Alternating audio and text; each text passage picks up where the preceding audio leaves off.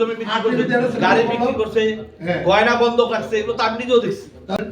এখন যারা এরা যেসব পরিচালকরা এসব ধোকা দিয়া যাদেরকে ক্রিয়া হিসেবে যে ছবিগুলো বানায়, এটা তারা ওই দোকান ভিতর করে যায়, এটা আমাদের করার কিছু নাই। আমি মনে করি এখন ইন্ডিয়ান ছবিকে টোটালি অ্যাভয়েড করা উচিত। ইন্ডিয়ান পোস্টার, ইন্ডিয়ান ছবি টোটালি আমি মনে করি না, ঠিক আছে? কারণ এই ইন্ডিয়ারে বেচতে বাংলাদেশ আজকে এই জায়গায়, ঠিক আছে? আর বেচতে যেতে নিজের পায়ে দাঁড়ান এখন, ইনশাআল্লাহ ভালো কিছু করবেন। আমি নেক্সট সিনেমা আমি এখনো পর্যন্ত একটু হোক,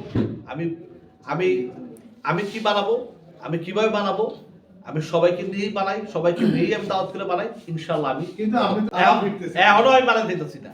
আজকে তোমরা অনেকে বলতো যে আপনারা এই 3-4 মাস আপনার এই গ্যাপ আপনি আসেন না কেন? ওই ছাগলদের বলে 3-4 মাস আমি সিনেপ্লেক্স বানাইছি ছাগল।